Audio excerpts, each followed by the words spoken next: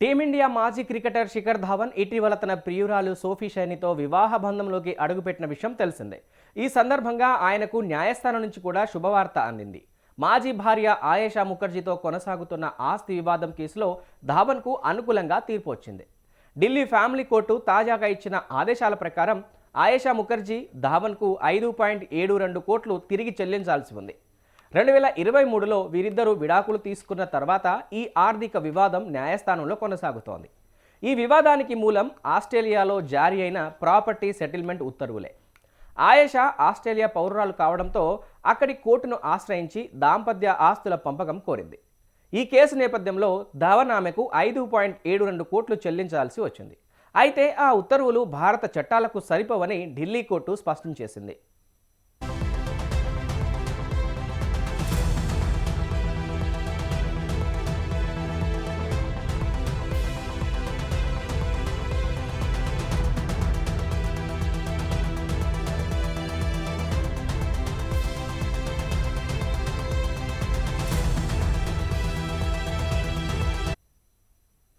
ఇక ఆస్ట్రేలియాలో అమల్లో ఉన్న ప్రాపర్టీ సెటిల్మెంట్ విధానం భారత న్యాయ వ్యవస్థకు నేరుగా వర్తించదని కోర్టు తెలిపింది.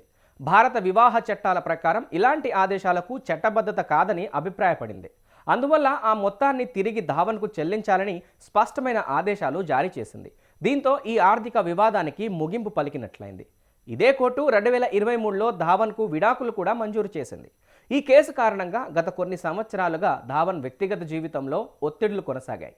అయినప్పటికీ ఆయన తన కెరియర్, వ్యక్తిగత అభివృద్ధిపై దృష్టి పెట్టారు. ఇప్పుడు కోర్టు తీర్పుతో ఆయనకు పెద్ద ఊరట లభించింది. ఇక ఇటీవల ధావన్ తన ప్రేయసి సోఫీ షైనీను ఢిల్లీలో జరిగిన ఓ ప్రైవేట్ వేడుకలో వివాహం చేసుకున్నారు. కుటుంబ సభ్యులు, సన్నిహితుల సమక్షంలో ఈ వివాహం జరిగింది. పెళ్లి తర్వాత ఆయన కొత్త జీవితాన్ని ప్రారంభించారు.